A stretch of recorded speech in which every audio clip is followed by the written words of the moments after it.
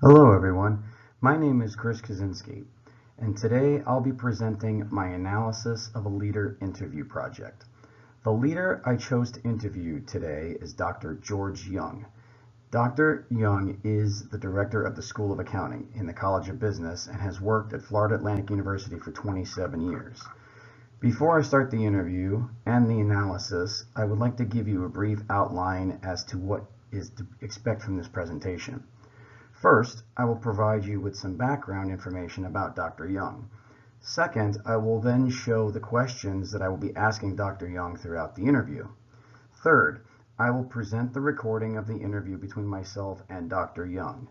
Finally, I will present an analysis of the responses that Dr. Young gave me during the interview. So without further ado, let's get started. As I stated earlier, Dr. Young is the director of the School of Accounting in the College of Business here at FAU. Not only is he the director of the School of Accounting, but he is also my immediate supervisor within the department, and I have worked with Dr. Young for about 5.5 years now. Dr. Young earned his doctorate from the University of Texas, Arlington. He is a certified fraud examiner and a certified public accountant who is licensed in Illinois, where he practiced public accounting for 9 years before entering academia. Since his arrival at FAU 27 years ago, he has taught fraud examination, auditing, financial accounting, and tax. During 2004 and 2005, he was a mentor of a technical working task group that was charged with the responsibility to develop a model educational curriculum for fraud examination and forensic accounting. He is a past chairperson of the Higher Education Advisory Committee of the Association of Certified Fraud Examiners and presently serves as in an advisory capacity as a chair emeritus. As director of the School of Accounting at Florida Atlantic University, Dr. Young is responsible for the School of Accounting undergraduate degree, the graduate degree, and graduate certificate programs. He is also the academic director of the School of Accounting executive programs, which offers a Master of Accounting degree with a concentration in forensic accounting, digital accounting forensics, and data analytics, and professional accounting, as well as a Master of Taxation degree.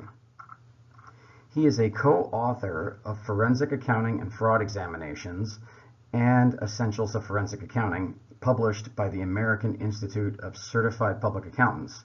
He has published articles in academic journals such as Auditing, a Journal of Practice and Theory, Journal of Business, Finance and Accounting, Advances in Accounting and Behavioral Research, Research on Accounting Ethics, the Journal of Forensic and Investigative Accounting, and practice journals such as the Journal of Accountancy. Here are some of the questions that I asked Dr. Young during the interview, and please keep in mind that the probing questions are not included on this list. How long have you been working at Florida Atlantic University? How did you become a professor and the department chair at the university? Describe your experiences while working at Florida Atlantic University. Can you please describe some of your leadership characteristics? Is there anything in your life that prepared you for being a leader? What motivated you to become a leader? Name some of the decisions that you make for the School of Accounting. Describe some of the challenges that you faced as a professor as well as a department chair. Do you feel that your faculty members are clear about the university's work policy in relation to their job duties? Are you more of a relationship-oriented or are you more task-oriented when it comes to working with your students and faculty members in the department? Or do you believe there should be a balance of both? Do you use different types of leadership skills in different situations? What are some of the things that you do to help a new employee transition into the workplace? Can you tell if someone is a leader just by looking at them? What are the cues that tell you if someone is in a leadership position? Would you have to trust someone first before you follow any orders? And finally, do you think leadership can exist without trust? And my next slide will be our interview. Well, good morning, Dr. Young. Thank you for taking the time to do this interview with me. Certainly. My pleasure. Yes, I'm just going to ask a few questions about what it's like to be a leader and all that. Okay. How long have you been working at Florida Atlantic University? I've been working at FAU for nearly 27 years. In just the School of Accounting or anywhere Yes. else? In the School of Accounting. My first year here was as a visiting assistant professor, and then I was put on a permanent line as an assistant professor. Okay. How did you become a professor and the department chair at this university? Well, I was promoted to the rank of associate professor in 2003 based on my teaching, research, and service record. And then I became chair in 2015 when I was appointed by our College of Business Dean, Dr. Dan Gropper. Now, at that time, no one else wanted to be chair. And I see you're still chair today, so. That's correct. I can't get out of the chair. Describe your experiences working here at FAU.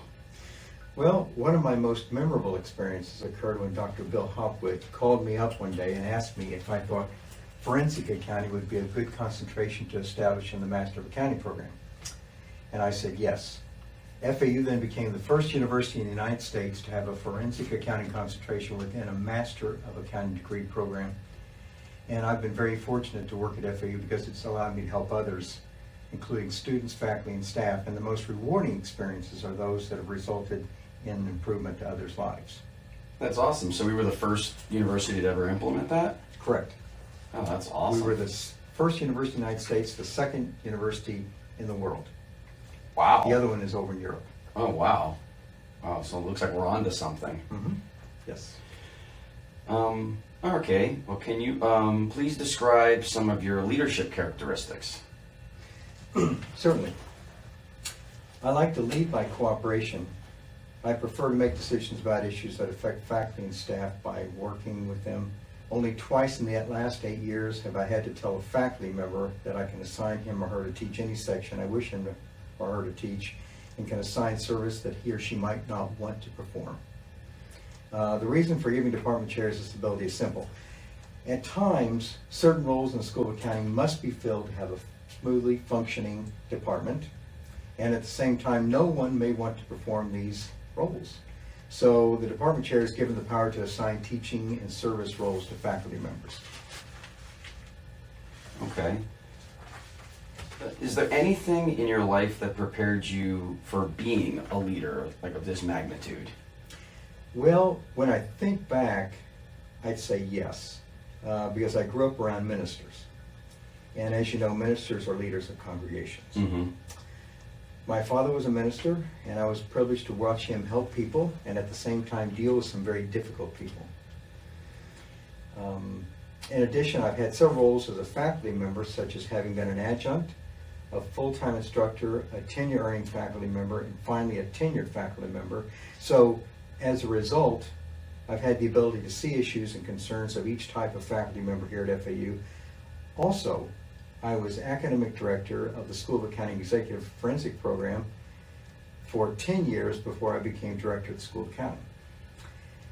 This aided me greatly in carrying out some of the duties I would later encounter as department chair, such as finding faculty to teach courses and resolving student complaints.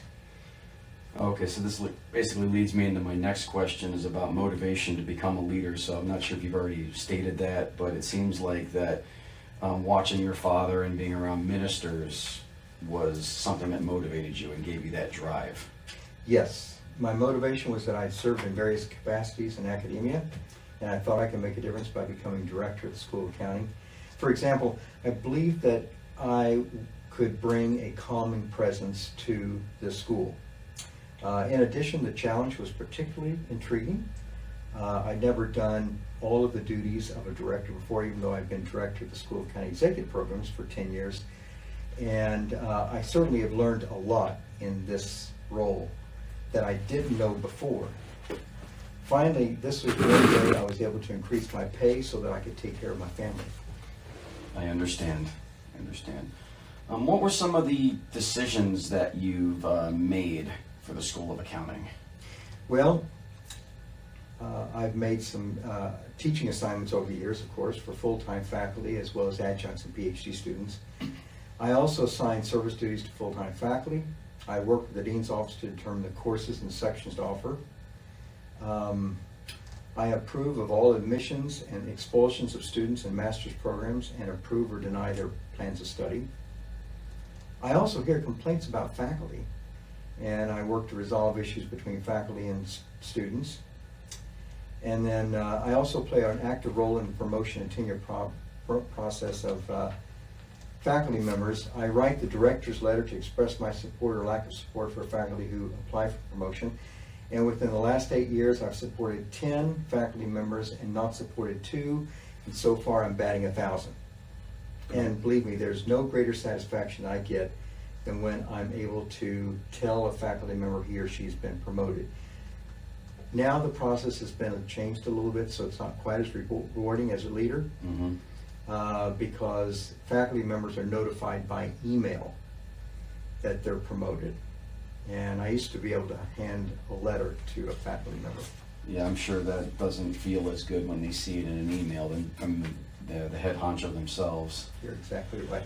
All right, well, you've said some of the the decisions and the responsibilities, but what were some of the challenges that you've faced, not only as a professor here or anywhere, but also as the department chair in the School of Accounting? Well, one of the biggest challenges I face as a faculty member is helping create the School of Accounting executive programs. When I became academic director of the Master of Accounting program within the School of Accounting executive programs in 2004, the School of Accounting executive programs had existed for only 1 year, in 2003 when we offered the Master of Taxation degree program. But the Master of Accounting degree program within the School of Accounting executive programs has been the most popular and the largest of those programs, so we had a lot of growing pains there. In particular, I was very instrumental in developing our first concentration within the Master of Accounting degree program within the School of Accounting executive programs, and that was the concentration in forensic accounting.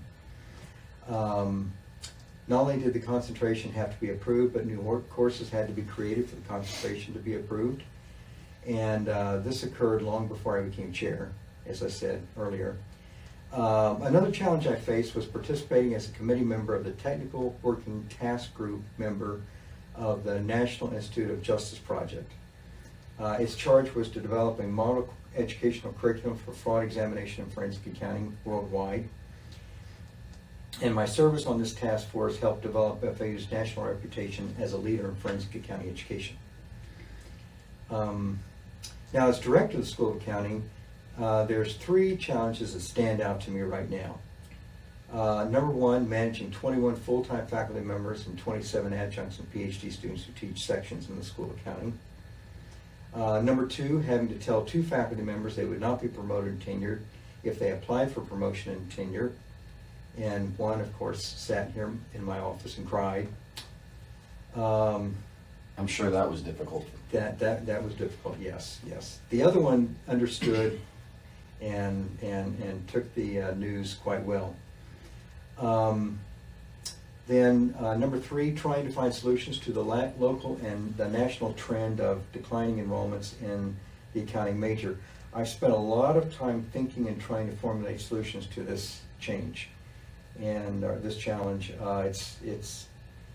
It is a change too, because for many years the School of Accounting was the 2nd largest department in the College of Business, only behind management, and we had at one time probably around 1,700 students in the School of Accounting who either majored in accounting or were in the master's programs or the PhD program, and now we're down to about half that amount total.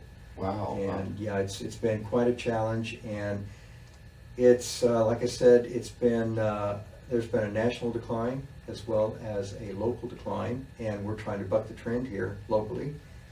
And I'm looking at a lot of different ways in trying to overcome this challenge. Is there a reason for the decline? I mean, I was under the impression that, accounting is more of a necessity. Like, I figured that, it would be more supply and demand. Like people need accountants. Like I'm not under. Like, it just seems mind-boggling to me that there's a decline for something that's in need. Yes, and of course, I really believe there's a need for accounting. and there is a need for accounting, there's no doubt about it, particularly for the auditing function of auditors who audit financial statements of large publicly held companies so that investors are protected. And then, of course, there's tax preparation and things like that. I think two of the largest reasons for this decline is the fact that it takes 5 years to become a certified public accountant who's licensed in the state of Florida to practice accounting, whereas students can major in computer science and walk out of here after 4 years of education and make very good money doing that. So there's two things there. There's the time it takes to become a certified public accountant, and then there's also the money too. If you can make the same or a little bit better money within less time, then students are often going to go for that major.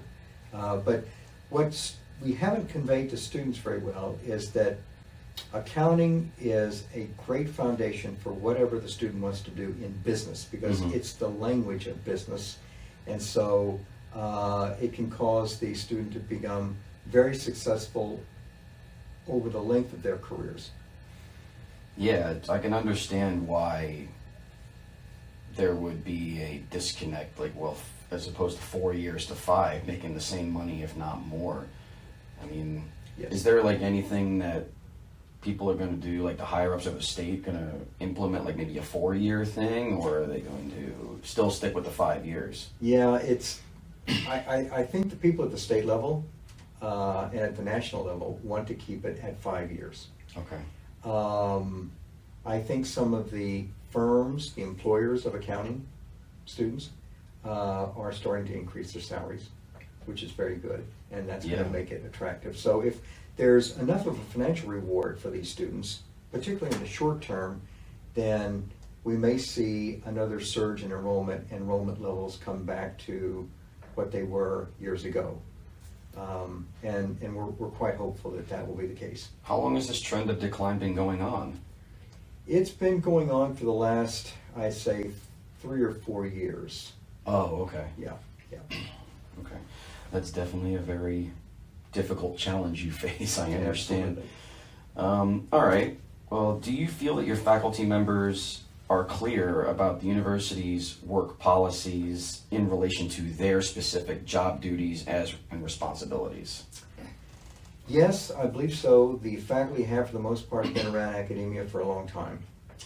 And I actually describe being an academic as a position as close to being self-employed as possible without all the risks of being self-employed.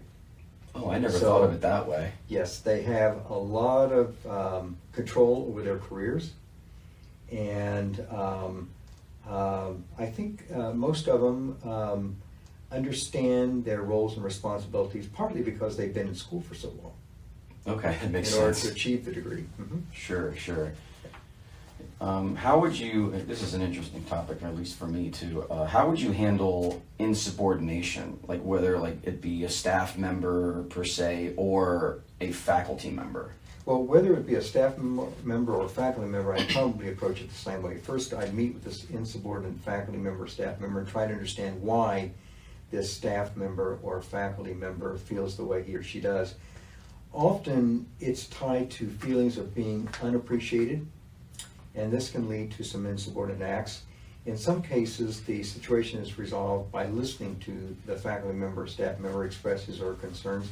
At times, though, I've had to help the faculty member understand the duties of the director and why it's important for the faculty member or staff not to act in an insubordinate manner. In 1 or 2 cases, I've actually had to request the help of the dean's office in resolving certain situations. Yeah, that must have been very, very hard. I can't imagine dealing with a person who is insubordinate and blatantly not following policies or procedures. Are you more of a relationship-oriented type of leader or more task-oriented when it comes to working with your students? and faculty members in the department or your classes that you teach. Also, do you believe there should be a balance of both? I believe there should be a balance of both, but I tend to be more relationship oriented. That's the way I perceive myself, at least. I see myself as a facilitator. In fact, I've called myself a facilitator on many occasions. I help the School of Accounting and the College of Business run smoothly so that it carries out its mission. And to be a facilitator, I have to foster good relationships and seek the cooperation of faculty, staff, and others. Has there ever been a time where they've not been so receptive to you asking for help? No, because I think I've done a good job of explaining why I need help. So clearly and distinctly, and Yes, and that touches on, I think, another aspect of being a leader, and that is good communication skills. I agree. That's something very important to have. Do you use? You were explaining that you're more of a relationship-oriented type of leader, but this leads to my next question. Do you use different types of leadership skills in different situations?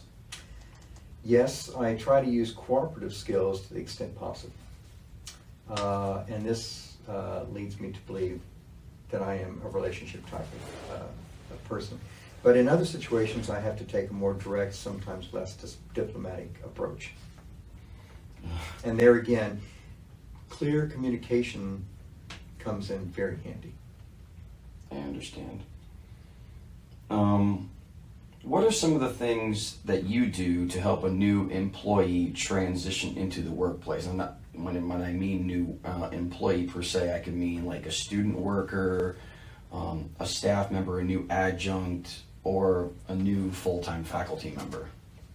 Well, one of the things I like to do is pair the employee or staff member or faculty member with someone who's performed similar duties in the past. And I tell the employee that I'm available to answer questions about his or her responsibilities. So making certain that the student worker, the staff person, or the faculty member understands that I am always here and available to answer questions. And if I don't know the answer to the questions, then I'll find the answers. Okay. How do you encourage teamwork amongst your students when you teach? And do those principles that you use for your students apply to faculty as well? Well, I teach classes that are either wholly online or those in which students are often participating remotely. One thing I do is that I have a welcome thread that I post at the beginning of each semester, and this encourages students to get to know each other and increases the likelihood that they'll work together on projects. Now, I don't assign group projects, so this ability to work together is not crucial in my class, except it could be crucial in terms of one student turning to another student and asking that student's perception about a topic that's been discussed in class, so that that student obtains a more nearly clear understanding of what is being covered in the class. But I believe that it benefits students in other classes that they take in their program. The program, one of the programs in which I teach is a lockstep program, so it's very important. You know, those classes build on each other, and these students often move together as a group, and so the relationships they form in these classes not only benefit them in these classes, but also benefit them after they graduate. Oh, so they all basically take, like if they take your classes per se, they all go like to the same classes together, so they're already well aware of who they are. Yes, for the most part, yes, they are. Oh, so the camaraderie starts building. Yes. Oh, okay. And then with respect to faculty, I offer faculty lunches at least once a year, and of course assign faculty to committees and subcommittees where they learn to work together better. Do you, when it comes to the committees, do you assign them or do you look for volunteers? Sometimes I look for volunteers. Sometimes I assign. Most of the time I assign, but I always try to work to obtain the cooperation of the faculty member. Here again, I want them to perform a service that they're interested in performing. But as I said earlier, sometimes people have to be assigned to functions that they might not want to perform because these are needed functions in the School of Accounting. And it's the same way when it comes to assigning a person to teach. See, an early morning class, I had our longest serving faculty member come into my office one day, and he sat down. He said, "George," he said, "I'm assigned to teach a class Friday mornings at 8 o'clock." And I smiled and I said, "Yes." I said, "So is my wife." And so he just smiled, and that was the end of it. He understood we're all taking our medicine. Yeah. Yeah, so basically, like, is it because they don't want to do it, or is it just because it's out of their comfort zone? Often it's that they don't want to do it. Oh, okay. No, that makes sense. Yeah. Okay. Yeah. Can you tell if someone is a leader just by looking at them? I'm not certain I can tell just by looking at them, but I believe that certain people have characteristics that better enable them to be leaders. But that potential leaders do not have to have these characteristics early in life. They don't have to be born with the characteristics. For example, I've had at least one leader who grew into the position of leadership, and it was very enjoyable seeing him develop as a leader. I just see the change in him over time. And it was really nice. So you don't think a person is necessarily born a leader, they get sort of molded into a leader and learn it over time? Yes, although I think that some people have certain characteristics, perhaps from the time that they're born. More of an assertive personality, for example. And then some people have experiences early in life that encourage them to be in leadership positions. And they perhaps either find themselves early in life forced into positions where they have to lead, or they find themselves in positions where they have to lead and they find they enjoy being a leader. And so that kind of carries through the rest of their lives. Which kind of goes back to one of the initial questions about the motivation to be a leader based on the experiences that they've... Exactly. Okay. Yes. Okay, that makes sense. I've just got a few more questions here. Would you have to trust someone first before you follow any orders? By orders, I mean if they assign you a task, would you have to trust them to think that it's doing like the most an ethical thing or something like that nature? No, I wouldn't have to trust the person first, but I would think carefully about why I'm being asked to perform certain functions and what the motivations of the person is. Before I follow orders, the orders have to make sense to me, and I must be able to behave ethically if I follow them.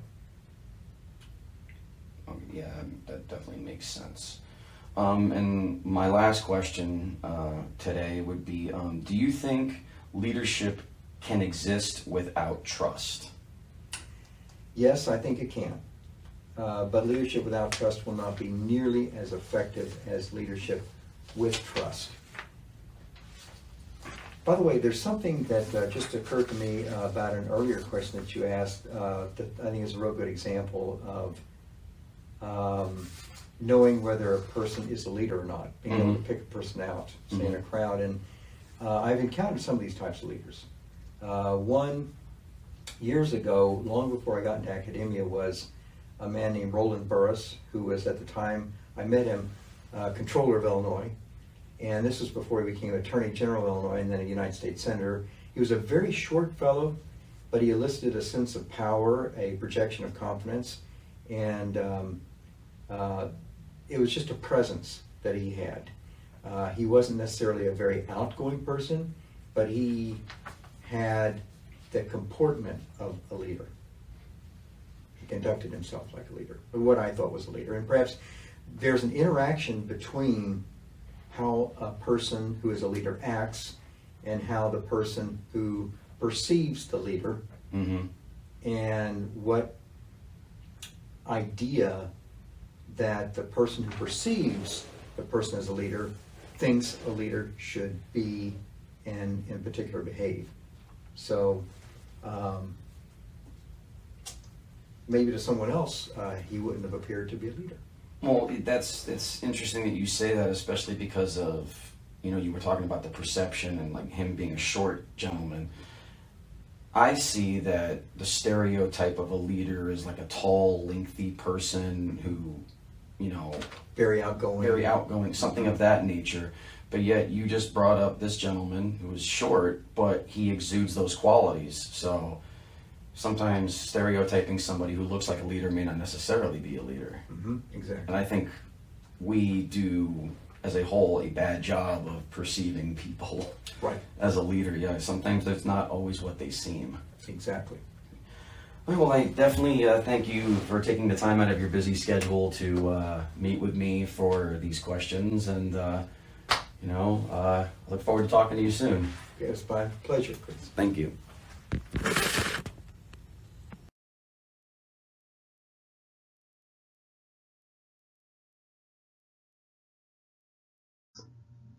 So now I'm going to give my analysis of our interview. In terms of leadership traits, I think that Dr. Young is the type of leader who will go out of his way to help his department faculty and staff with whatever they need so that they can do their jobs effectively and proficiently. Because of his calming demeanor, it's easy to approach Dr. Young if one has a question or is seeking help with something regarding one's job.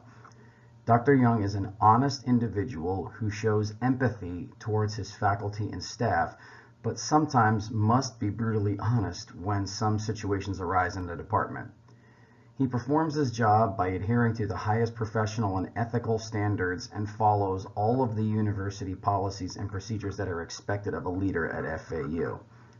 His educational background and extensive experience in academia, which includes being an adjunct, an instructor, a visiting professor, a tenure-track professor, a tenured professor, and his time he has spent as department chair in the School of Accounting are all factors that make Dr. Young fully capable and qualified to lead others. Dr. Young is not a proponent of the trait approach, which states that leadership skills are innate and that if you are born with these traits, you are naturally likely to be an outstanding leader. In the interview, he stated that not everyone is born a leader and that you cannot tell if a person is a leader simply by looking at him or her. However, he did state that people can learn and adapt to be a leader. Dr. Young gave us a brief example of someone who has grown into his role as a leader and has positively progressed in that role. The example in the interview shows that Dr. Young believes that everyone can build on their strengths and weaknesses to become leaders, and that even if a person has leadership traits that suggest that a person will be a leader, one may not necessarily be a good leader. After our interview, it seems to me that Dr. Young is leaning to be towards the behavior type of approach to being a leader. Although he is more of a relationship-oriented type of leader, he believes that being task-oriented and relationship-oriented goes hand in hand. One of his strengths is that he tries to focus on connections with his students and tries to instill camaraderie between students. Another of his strengths is to keep an open line of communication, whether it be implementing policies involving department faculty or providing guidance on assignments that he posts in his classes that he teaches. Another type of leadership that I see in Dr. Young is the theory of authentic leadership. With him, what you see is what you get. Dr. Young is a very trustworthy leader. However, he believes that trust and leadership can exist separately, but if you exhibit trust as a leader, you will be a better leader. He places his trust in others and expects the same in return. Dr. Young always looks for the positive ethical values in projects or tasks that he is assigned to do from his supervisors. He will never ask the department faculty or staff to do something that is unethical for the university. So he not only demonstrates a good sense of self-discipline, but he also leads by example. He has developed the School of Accounting executive program from the ground up and included a concentration in forensic accounting. which makes FAU the very first university in the entire U.S. to have this concentration. Having the university pursue a field of study that no other university in the United States offers takes a great deal of confidence. He is very optimistic regarding his efforts to increase the School of Accounting enrollment so that it can become as large as it once was. Unfortunately, due to many factors, there has been a decline both nationally and locally in accounting enrollment since 2017, and Dr. Young is implementing measures to overcome this downward trend. The last theory of leadership I would like to talk about is team leadership. Dr. Young works with his faculty and staff to achieve the goals of the department. He asks them to perform duties that they do not necessarily want to do and seeks their cooperation to perform the tasks for the good of the department because that is what is needed at the time. In the interview, he gave a great example of trying to support teamwork regarding the class that had to be taught at 8 a.m. on a Friday. He believes that his faculty and staff should work together to promote a good connection between individuals. He tries to promote teamwork in the classroom to when it comes to certain topics that are taught in the courses he teaches. Even though he does not assign group or team projects, he encourages students to get to know each other, thus empowering his students to ask questions of their fellow classmates when they need help understanding course topics. In the final summary of my analysis, I believe that Dr. Young is a very highly respected leader here at FAU, and he shows compassion towards his faculty, staff, and the students that he teaches. He's not an aggressive leader, and he has a very calming presence within the department. He is always there for his students that he teaches, his faculty, as well as his staff that he works with outside of the classroom. He empowers each of them to make decisions that benefit their team of the faculty and students so that they all can get their tasks done while maintaining the highest ethical standards here at the university. He always tries to promote teamwork by assigning faculty to committees and other assignments to help them work better together, even if the faculty member does not want to perform the tasks. To help the department run smoothly, he explains the values of teamwork and keeps an open line of communication while demonstrating the benefits of teamwork. Dr. Young, while a primarily relationship-oriented leader, believes that taking a task-oriented leadership approach should sometimes be used depending on the specific situation. Dr. Young does not give preferential treatment to anyone based on their skill set or traits. He treats everyone equally so that no one is treated unfairly. By doing this, he helps promote a more effective department. He always chooses to focus on the positives and is always optimistic about everyone's success and goals that they are trying to achieve. By working with Dr. Young directly, I can see firsthand the type of desire for teamwork he instills in his faculty, as well as how much he displays trust that his faculty, staff, and I will successfully do our jobs under his leadership. Even though I've been working for Dr. Young for 5.5 years, I'm not worried about asking him a question, and he will always go out of his way to find the answer to the question if he doesn't know. His empathy, character, authenticity, and calming demeanor make it very easy to work with him here at the School of Accounting at FAU. His experience, education, and skills are all vital assets to helping achieve the goals of not only the College of Business, but also throughout Florida Atlantic University. In closing, I would like to take the time to express my sincere thanks to Dr. Young for taking the time to meet with me and assist me with this project. The time and effort he took for me for this interview is greatly appreciated, and I am very, very grateful. Thank you again, Dr. Young. And thank you again to everyone watching, and I look forward to all of your feedback.